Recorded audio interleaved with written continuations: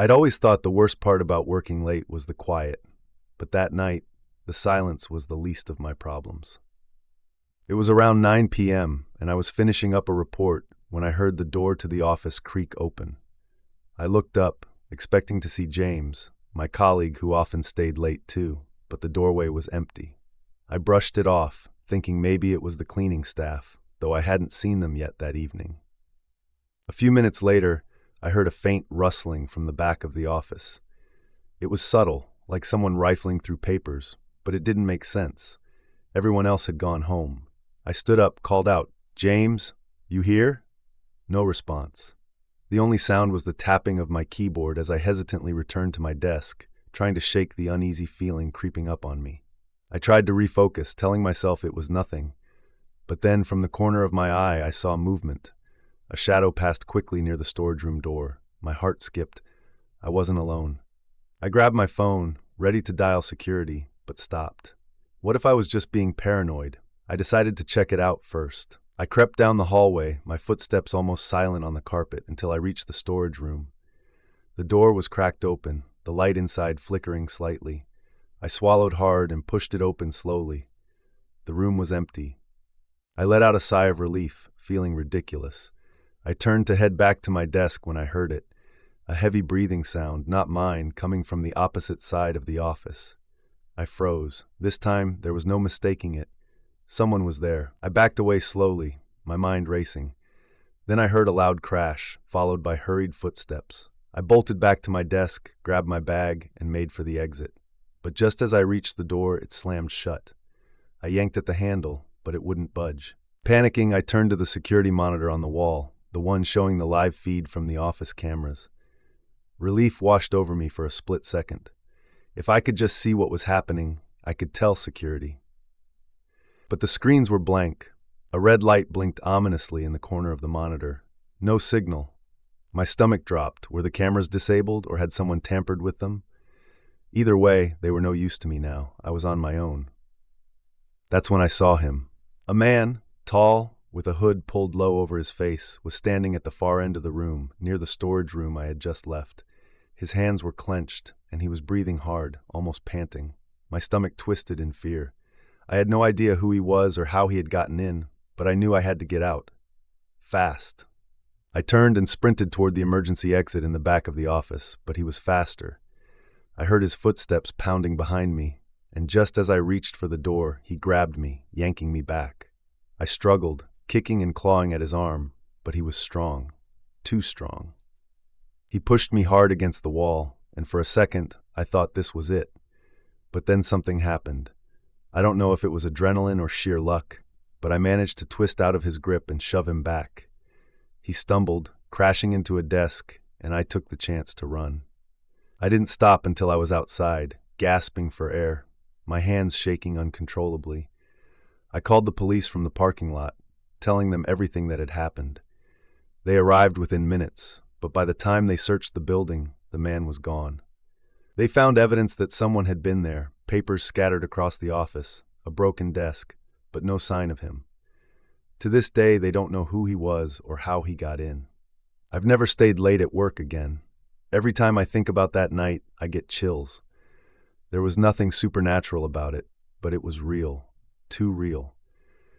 And the thought that someone was watching me, waiting for the right moment to strike, it still keeps me up at night.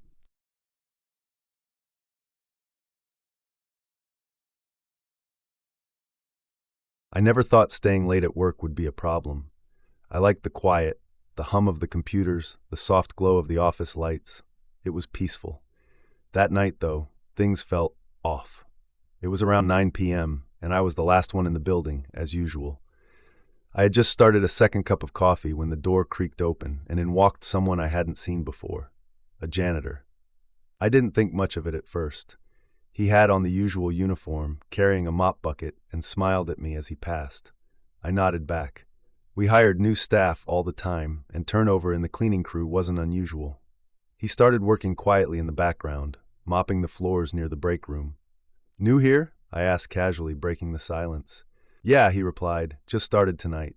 His voice seemed friendly enough, but there was something about his eyes, something that didn't quite match the easy smile on his face. I pushed the thought aside and returned to my work. He kept mopping, slowly moving through the office space. About 30 minutes passed, and I hadn't heard a sound from him.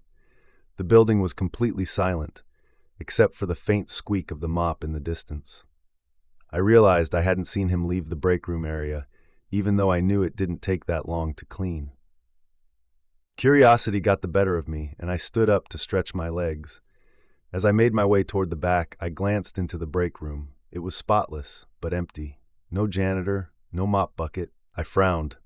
He couldn't have finished already. The floor was still wet, and his cleaning cart was nowhere to be seen. I walked through the hall, trying to figure out where he had gone. The office wasn't that big, and I hadn't heard the exit doors open. "Hello," I called out, but no answer. As I was about to head back to my desk, I saw something that made me stop in my tracks.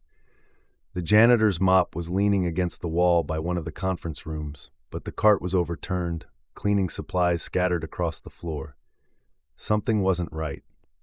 I felt a knot tighten in my stomach. I glanced toward the back door, which led to a stairwell and an emergency exit. The door was slightly ajar. Maybe he had gone outside for a smoke break or something. I told myself it was no big deal, but the uneasiness was hard to shake. I headed back to my desk, trying to focus on finishing my report. A few more hours, and I'd be out of here. That's when I heard it. Soft footsteps, slow and deliberate. They weren't coming from the hall this time, though. They were coming from behind me. I turned around, half expecting to see the janitor, but no one was there. I listened carefully, but the footsteps stopped. My heart started to pound. Something felt wrong. I grabbed my phone, considering calling security, but stopped myself. I was overreacting. It was just a janitor doing his job. I took a deep breath, stood up, and decided to look around one more time. As I stepped into the hallway, the lights flickered, just for a second. I froze, feeling the hair on my neck stand up. My eyes darted to the exit again. The door was wide open now, but still no sign of him. I started to walk toward the door when, out of the corner of my eye, I saw movement. Just a quick flash, like someone ducking out of sight behind a cubicle. My heart raced as I called out again, "Hey, is everything all right?" No answer. I hurried to the back door, intending to leave, when I heard a loud crash from the break room. My pulse quickened, and without thinking, I ran to check.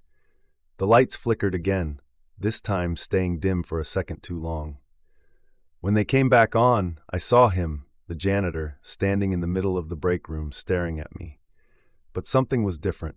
His friendly demeanor was gone, replaced with a blank, almost eerie expression. "Is everything all right?" I asked, my voice shaky now. He didn't answer. He just stood there, gripping the mop handle tightly, his knuckles white. The silence was suffocating. Slowly, he started walking toward me, the mop still in his hands. My instincts screamed at me to run, but I was frozen in place. Without warning, he swung the mop handle, knocking a chair over. It wasn't aimed at me, but the message was clear. He wasn't cleaning anymore. I bolted for the door, fumbling with the lock, but it wouldn't open. I could hear his footsteps getting closer, each one slower, more deliberate. I turned just in time to see him raise the mop again, this time aiming for me. I ducked, adrenaline taking over as I slammed into the emergency exit, forcing it open. The alarm blared as I stumbled into the stairwell and sprinted down the steps, my heart racing. By the time I reached the ground floor, I ran straight into security. They asked me what happened, and I told them everything, my voice shaking. When they searched the building, the janitor was gone. No sign of him, no mop, no cleaning cart, nothing. They told me later there was no record of a new janitor starting that night. I still don't know who he was or what he wanted, but I haven't stayed late at work since.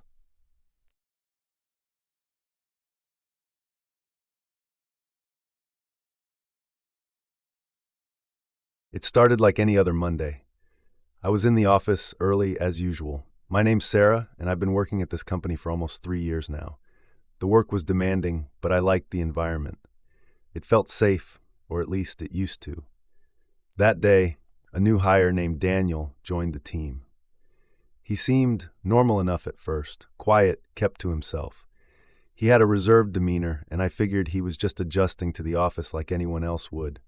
I didn't think much of it when he smiled awkwardly at me during the morning introductions. By Wednesday, though, I started to notice something odd. I'd catch him staring at me, not just glancing, but full-on staring from across the room.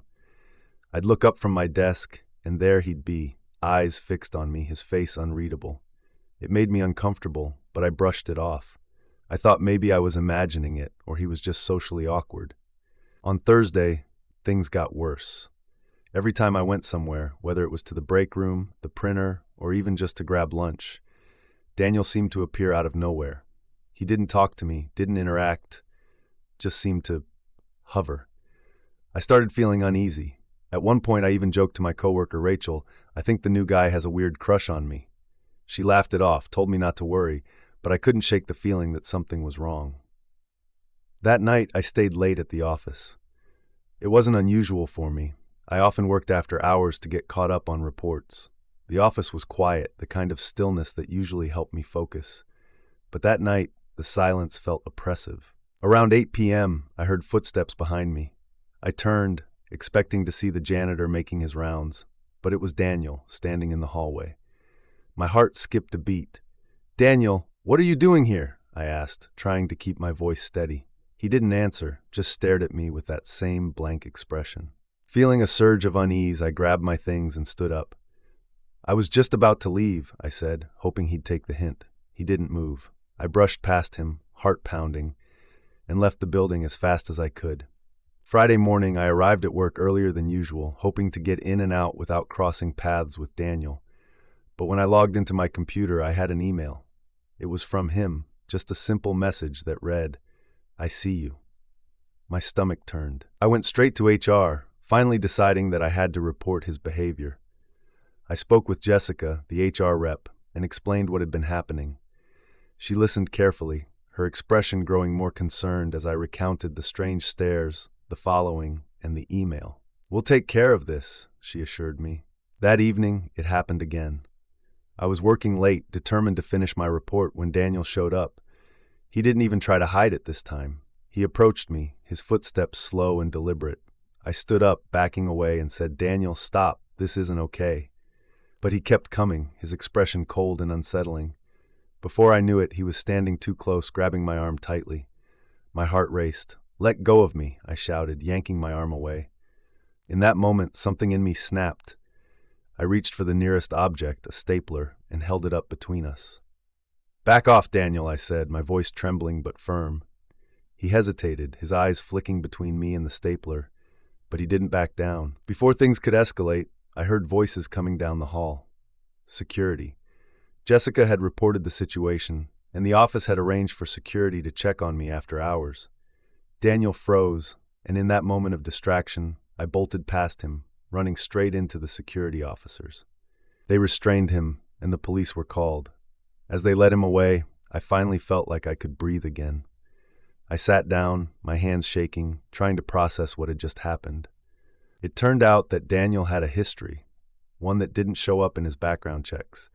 He'd been involved in incidents at previous workplaces, but they had been brushed under the rug. HR acted swiftly, terminating him and ensuring that I had support.